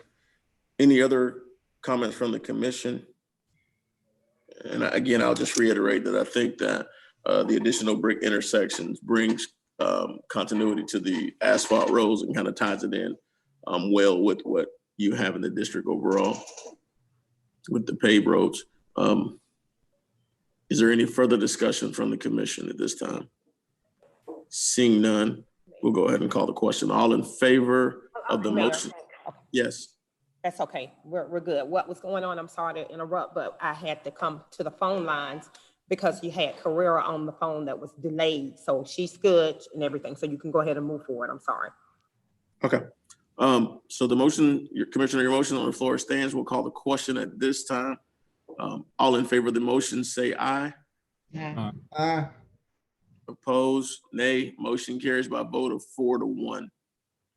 And so we'll continue on with the contract, Mr. Griffith, as written. And you got your, I think that'll help you as far as moving forward with the actions before us. Yes, thank you, Commissioners, Mayor. Okay. Next up, I'll keep you on. Are we can you just give us a kind of quick update on potable water line replacement? I know you've been overwhelmed with brick conversations for the last few days. Yeah, I'll just give some quick numbers so the commission kind of knows where we're at in the phases, what we've spent, what we've completed, and where we're going in the next year. So far, we have 6 miles of potable main line replaced since we started this a couple years ago. What's scheduled for 2020 and leading into 2021 would be another 5 miles if we let the projects as planned. That's great news. That's hitting that 10-mile mark. That's something to celebrate. I think everybody should feel proud about what we've accomplished. And I'll use this opportunity to give Ms. Tucker some accolades at the end of this because she's worked very hard on this effort. Definitely. We have 7.8 million roughly from the state revolving loan fund, of which the commission has pledged the debt service out of the utility, and we have been drawing that down. We have, in essence, contractually drawn down 2.5 million of that. The next year will be critical, how we let projects. As you know, we're very careful in how we let these potable projects and how they coincide with other capital improvement projects. And you have a couple of them coming up, that being the resurfacing of St. John's from the railroad track back to Palm, that partnership with the county. That is an old cast iron line, so that will most likely move that up in the phasing sequence, as well as the St. John's Avenue project downtown, and the adjacent area between the South Historic District and St. John's Avenue that's yet to be done, since we were just awarded another $500,000 grant from the district, Water Management District, excuse me. That grant brings our total now on this effort to approximately 2.25 million in grant funds. So that's in addition to that 7.8 million that Ms. Tucker worked so diligently with Florida Department of Environmental Protection. Love those guys, but they're not the easiest to work with sometimes when giving away money. I will also add, actually, no, I believe that is all of my updates, sir. Okay. That's it. And so, again, great job. Great job to both you and Ms. Tucker, as well as the commission on the commitment to replace infrastructure within the city of Palatka, aging infrastructure that went back to 1886 and wooden potable water lines. And so, again, I think we're well on our way to moving forward.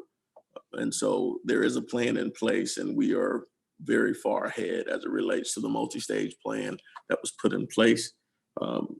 Phase 7 is where we are as we move forward. And so we're just continue to move forward with those and try to increase the infrastructure and turn our orange water to a different color. And so next up, we'll go to our city manager and administrative reports. So on you, Mr. Holmes. Thank you. And thank you again for your trust and confidence in allowing me to help you move forward with the city. I won't take a long time tonight, but I did want to mention a couple of things. Since becoming the interim city manager, which I thought would be a part-time job while I worked some more at my law office, I found that there is no part-time job at the city of Palatka. But I've also been very impressed with a lot of your staff, a lot of our staff. And I would just want to take a minute to call out some people who I saw do a great job this last week. As some of you know, on Monday, a contractor, thankfully employed by the county, not by us, was doing some soil borings on St. John's Avenue along the prettiest stretch of pavement that I think we have in the city, and managed to go into a 12-inch water line, City of Palatka water line, which had catastrophic results in terms of the water line. Our water plant operators, Dave Keene, noticed a substantial drop in the water level of the water tank, which was not normal and signified to him a problem. He notified the superintendent, Ms. Kayla Wiley. She and he immediately took action to boost all of the pumps to try to keep the pressure up. As you all know, if the pressure had dropped below a certain level, it would have required a boil water advisory for the entire city. By taking immediate action and boosting the pumps, they avoided that occurrence, and then began the process of trying to find where the leak was. Ultimately, I think it was reported. I went to the scene, which was on St. John's Avenue, right just about in front of Solaris Healthcare, and already on scene were Mr. Griffith, the fire chief, Rhett McCamey, and they were working to isolate the leak, shut down the pipe, and start the process of salvaging the situation. They did so quickly, efficiently, and in a way that made me very proud that they were our employees. And then Mr. Griffith, myself, and Mr. Grimes went to Solaris. We understood that they had their water service was interrupted. As you know, they've recently taken some pretty good hits on the COVID issue, and asked if we could do anything to help, even though it had not been our problem that caused their problem. Before it was over, the fire chief had determined that their fire suppressant system was not charged because of the water interruption. And by the way, they had no water to one half of their entire structure. They couldn't flush toilets. They could not do any of those things that are necessary in an assisted living or memory care facility. Showing ingenuity, the fire chief ran a fire hose from a fire hydrant down the street to the fire hydrant in front of Solaris, back charged that fire hydrant, and then put some sort of reducer on there and took a water hose to feed into their bib on the side of their building. And before he left, they were able to flush their toilets, and their fire suppressant system was charged. So calling out people for doing a good job, I think that Mr. Griffith, Ms. Wiley, Mr. Keene, Mr. McCamey, the fire chief, and then there were people there with them, of course, but they all did a great job, quickly, efficiently. And now we have a patch the size of a Volkswagen on St. John's Avenue in front of Solaris. But best outcome of a bad situation. So just recognizing them in a positive way. Next, happy to report to you, all of you were aware of some issues that we had regarding reporting of wages of our employees for IRS, Social Security purposes, and also some issues regarding insurance coverage of our employees. Some of those have been ongoing apparently since 2016. We believe at this point, been successful in updating records of Social Security and IRS with the income and wage information from 16 through the present date of all of our employees. That's the information we've been given back in response from IRS and Social Security, which of course makes a big difference in terms of people being able to file for their income tax return, their stimulus checks, and also their retirement monies.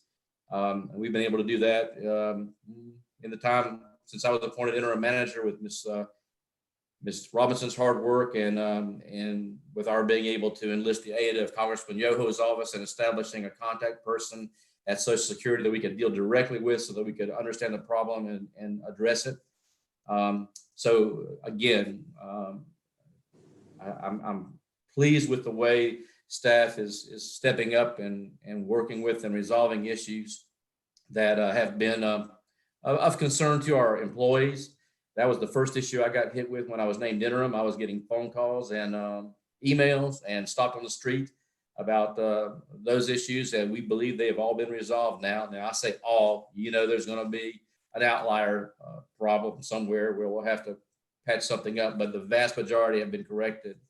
Finally, I'll mention that on Wednesday, a team is scheduled to come from the state to provide free COVID testing to our employees. It'll be a mouth swab, not the more intrusive nasal swab.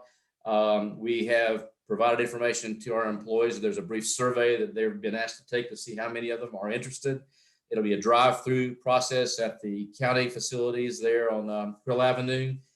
And as I said, free of charge.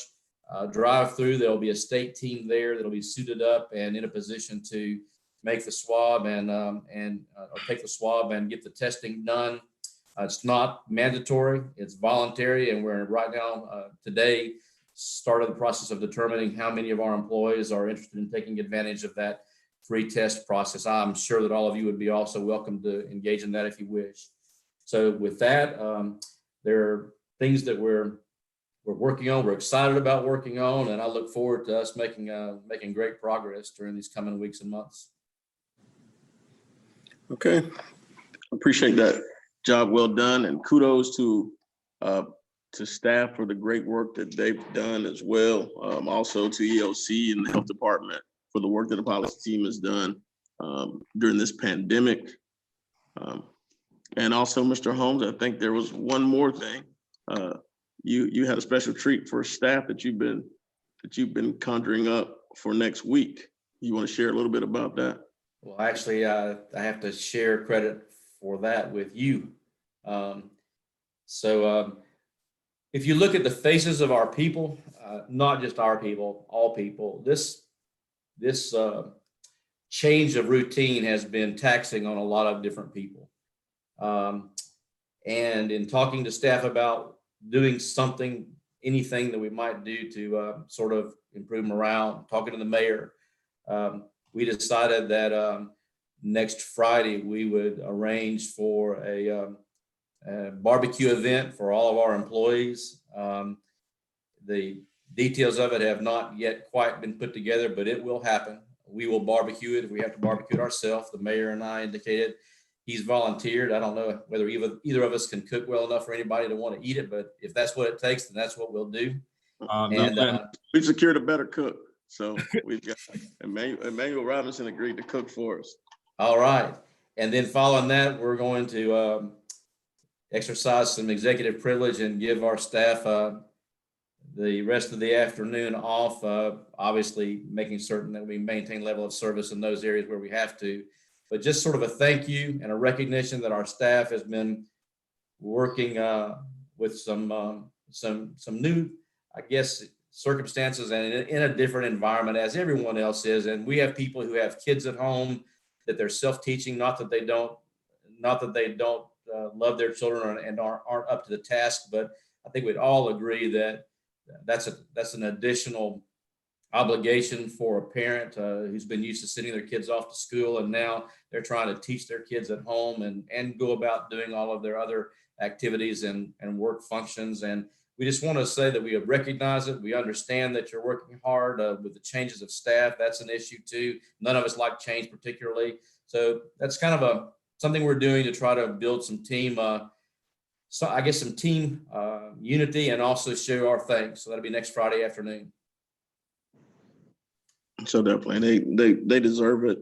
There are a lot of studies out that talks about the psychological impacts of COVID on everyone. This new sense of normal has been critical, and we've got some folks who've not had a day off in weeks or months as they deal with these issues continuously.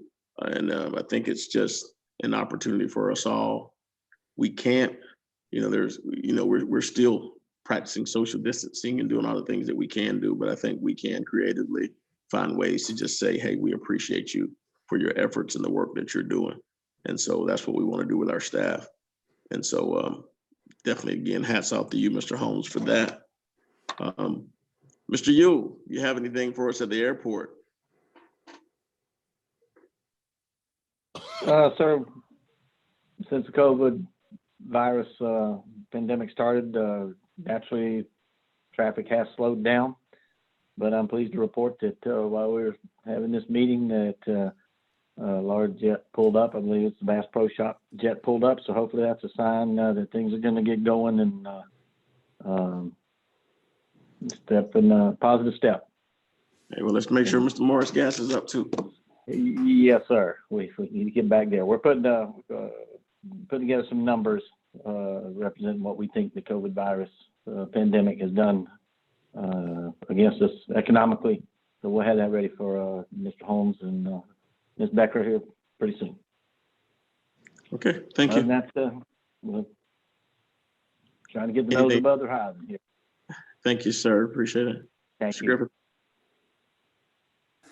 Yes, sir. Just an update on our inmate work crews.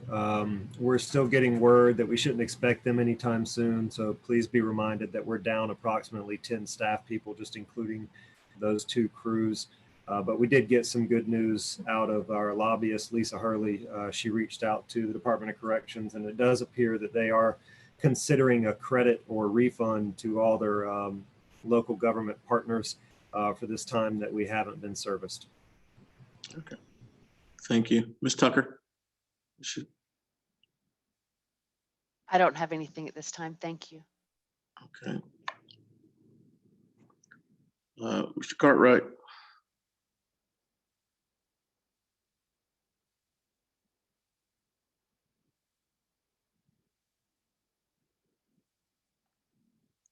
Chief Shaw.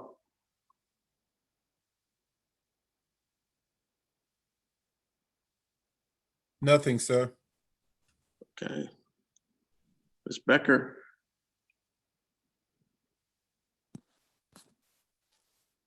Hello, everyone. I first want to start by thanking Ms. Harris for her service to the Finance Department. 28 years, I believe it was. That's a long time to be dedicated to the city. So I appreciate her and her support while she broke me in these past couple of years. So I just want to start by saying I appreciate her. I sent an email to you all yesterday. I believe my days are kind of starting to get mixed, but I will need your goals and priorities for the budget by end of day tomorrow. If you have any priorities that you would like to see, we are working diligently through the budget. I appreciate all of the department heads for working with me and being extremely conservative. I also would like to go ahead and schedule each of you about an hour and a half to do one-on-ones the week of June 15th through the 19th. If you could send me your availability, that would be great. Much like we've done in the past, I will give you a guide, a budget guide to show you where we're at, what the changes are, citywide effects, that sort of thing, so that we can easily go through this budget. And if you have any questions or concerns or revisions, that'll give me enough time to make those changes and bring back to you at a workshop in July. Okay. Chief Grimes. Good evening. Thank you. Thanks for Mr. Holmes, for your shout out earlier. It was just had the opportunity to work in that industry really close for about 20 years. So sometimes experience pays off in some of those unique situations that we can handle. Business as usual at the fire department. I'd like to report we got a good, healthy staff for 2 more weeks. So I'm very thankful for that. We've finished up our interview processes. They're in the HR process now to hire 2 of our 3 employees that we have vacancies for. They got finished with their interviews yesterday. We've got some initial numbers to Ms. Becker. We sent out earlier today on a request from Mr. Holmes for the initial COVID expenses we've had so far. So those are into her. So we got an idea where we're at so far by department, by the city. So that should be to you probably in the morning, I would think. So that's about it. Thank you. And just for the commission's information, the Florida League of Cities also offers a $6,000 matching grant through FMIT, which is the Florida Municipal Insurance Trust Fund, because that's who we use for our workers' comp and our liability insurance, and they will actually match any expenses that we pay as it relates to COVID at $6,000 on an annual basis.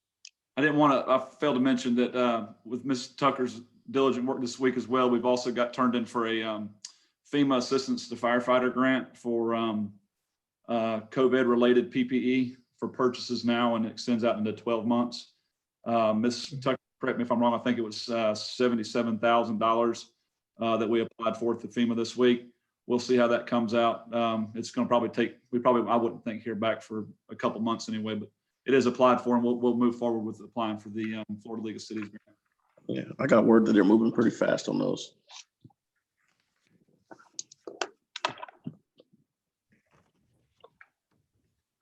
I appreciate that, Chief. Thank you. Got anything from legal? Ms. Thomas? No, nothing at this time, sir. Thank you. Ms. Robinson?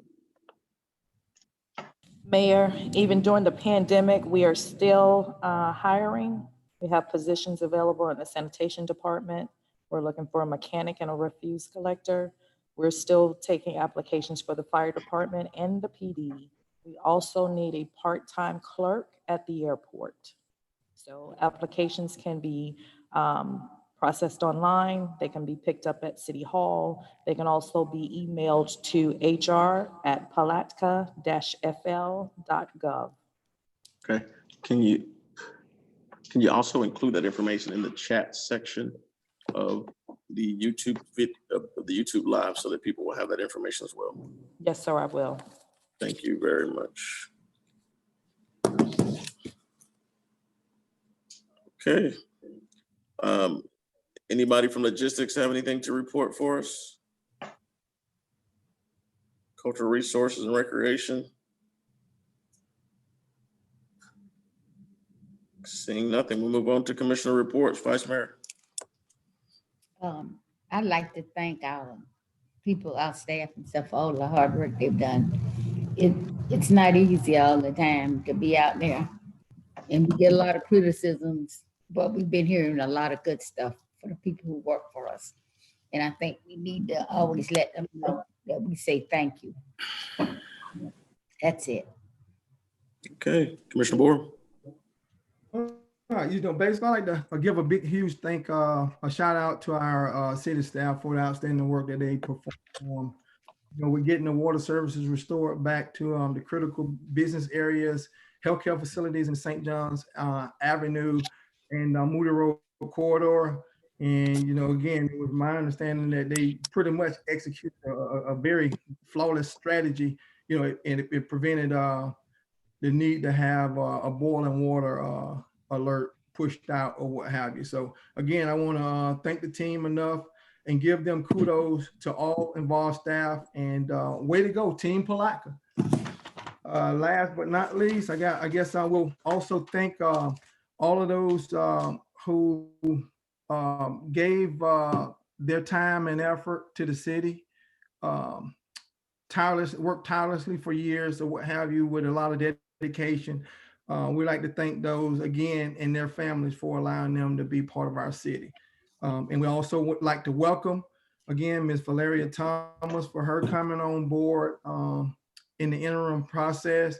And again, we'd like to also thank Mr. Holmes for accepting the huge role that he has taken on. And he's done some things that we haven't had done across several different city managers and even interims as well as full-time guys. So a big, huge thanks to him for his work that he's put in. And also thank Ms. Robinson for the work that she's worked with Don on and helping with getting the staff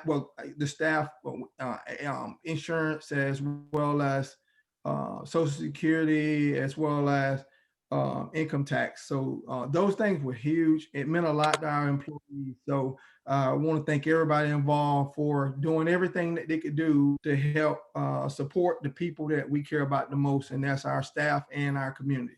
Thanks. Thank you. Commissioner Campbell.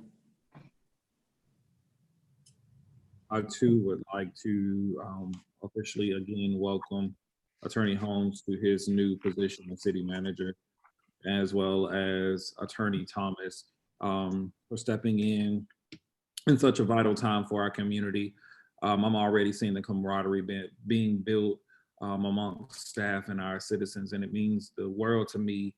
And so I'm excited about the moves that we are making as a city, and I just look forward to continuing to build the camaraderie that we desperately need with our staff.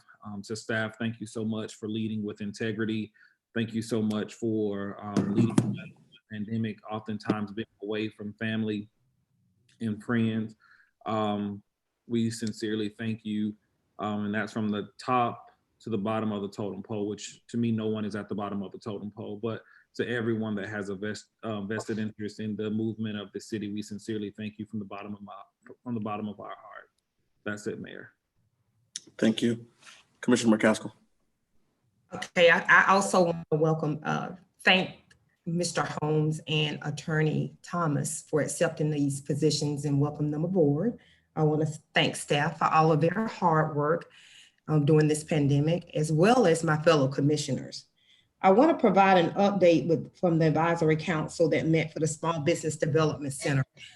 We met on Friday, May 8th, and they provided us with an update of the monies that were brought in from the bridge loans. They were able to obtain and close 9 bridge loans with a total amount of $425,000. there were $43,000 loans submitted statewide. And I think for us to have a seat at the table and be able to bring in some funding, that was really, that was really good. Cheryl Lynch worked effortlessly in this process to bring the monies in. So I want to thank them for it, for her hard effort and her work. The CARES Act has been approved to help Cheryl with consulting hours and helping businesses to move forward and recover from this process. So that's it. Okay, thank you. Thank all of you commissioners for your hard work during this pandemic, along with our staff. And we're really excited about where we're going. I got a couple things for you. First up, we were creative in finding ways to help our young people to continually celebrate great moments. Wesley Roberts, senior at Palatka High School, recently signed a national letter of intent to go play football at Southeast Missouri State University. Wesley is a phenomenal basketball player who was reluctantly convinced to go play football by me. I just aggravated him. And now this kid has done a great job. Coach Fells, kudos to you and also to Wesley's parents. But I also want to give a special thanks to Mr. Eddie Cutright and Winston Fletcher for creatively coming up with an opportunity on the roof of the River Center with us to come up with a socially distanced signing date for him and his family. We had a handful of family members there. We had young folks out. Everyone was in their mask. They were all 6 feet apart during this event.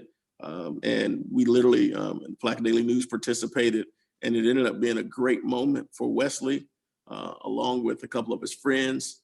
They also posted a video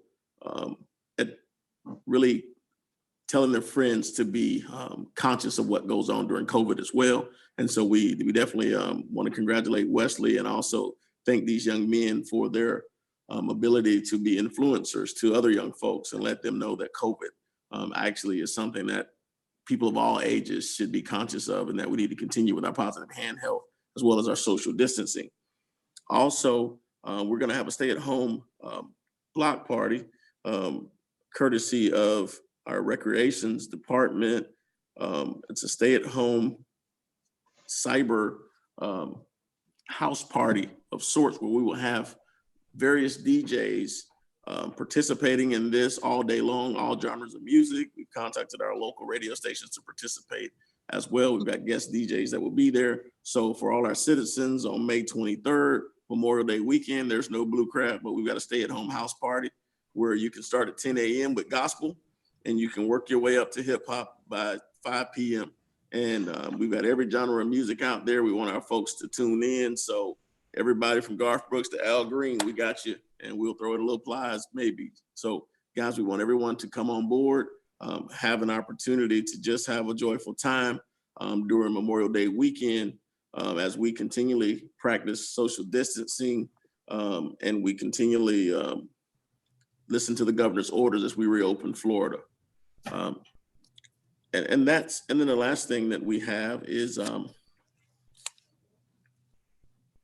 Robbie Carrera. I give her all the credit. She actually sent me a message with an idea that came from Ybor City over in the Tampa area.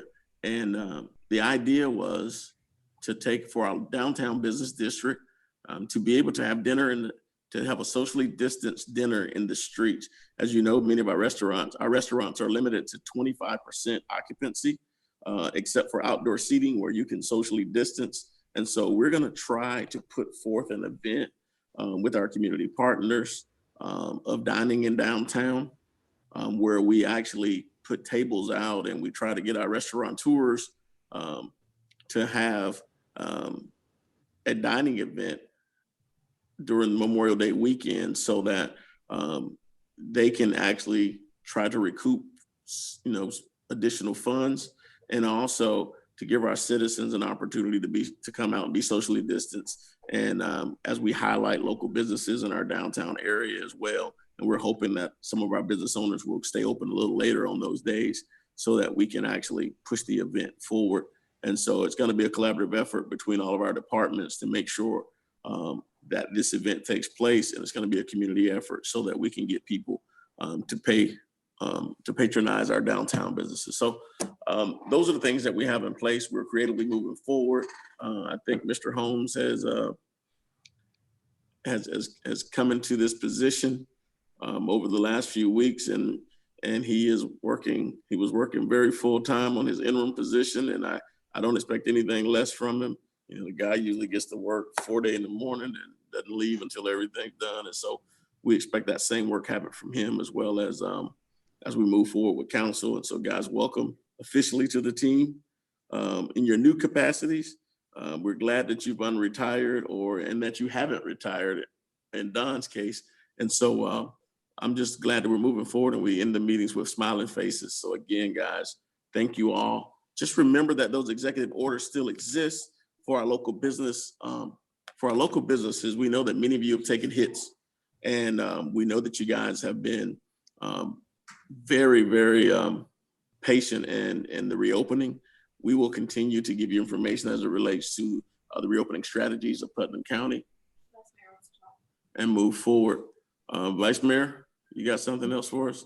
Yes, I just found out that Ms. Robertson just completed some school. Maybe she can tell us what that is. She went to Bethune-Cookman, so we won't talk about it. Oh, well, they just finished, and we want to say congratulations because she's moving on to help better herself and others. Because when she helps herself, she helps others. Congratulations to Deborah Robinson for getting her bachelor's degree from Bethune-Cookman University. Let's give it up for her. Yay. Hell Wildcats. Hell Wildcats, thank you. That's our school too, because it almost was here. Miss Bethune. Congratulations. The roots of the university are right here with the Palatka Mission School that Mary McLeod Bethune started in 1899 and closed in 1904. So definitely. And so again, congrats on that. Just an exciting time for us, even without it being festival season. We're going to start our testing in this community, and we just want everybody to just be conscious as you go out. I see a lot of folks still not out with masking, not socially distancing, thinking that this thing is over. And I want us all not to be afraid, but to be conscious that the precautions that we take may not only protect us, but protect someone who's very dear to us. And so we're going to continue on until Florida reopens, and even after, to make sure that we do everything necessary to protect our staff, our citizens, and ourselves. And so let's all continually be mindful and be blessed. At this time, our meeting is adjourned. Yeah.